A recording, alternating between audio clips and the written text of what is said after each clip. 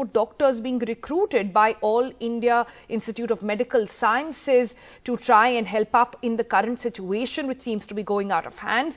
AIIMS has also brought in about 207 junior doctors. 250 ventilators have also reached DRDO hospital. And Neeta joins us for more on this. Neeta, we've been talking about a calibrated effort taking place between the Delhi government and the centre to try and bring in help at this point, much needed for the capital. Yes, Sonal, apart from disciplining Dilliwalas, the Delhi government and centre, has been trying to ramp up the infrastructure also.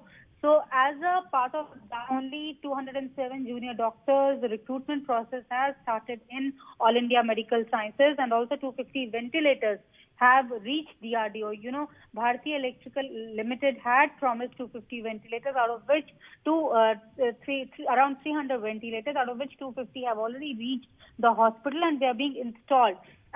Also, the house-to-house survey, which, centre wants Delhi government to go ahead with, trying to find out, what kind of, how bad is the pandemic situation in the city. Almost 3.7 lakh people have been covered in the house-to-house survey till the 20th of November.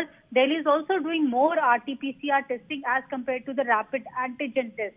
This is because, there was always, doctors were always saying that rapid antigen tests were not giving the correct picture. At times, they were also showing false negatives also and false positives also, and RT-PCR is more sacrosanct as far as the testing is concerned. So obviously now Delhi is now doing more RT-PCR tests. Apart from that, you have seen the Delhi government has imposed fine of 2,000 people who are not wearing masks. So disciplining and also in ramping up infrastructure and trying to detect more and more cases. This is what the Delhi is doing as to fight against this pandemic, this coronavirus pandemic, and these efforts are continuing. The Home Ministry has reassured Delhi government as to whatever steps need to be taken, they would be backing them in 100% of the decisions. Sonal?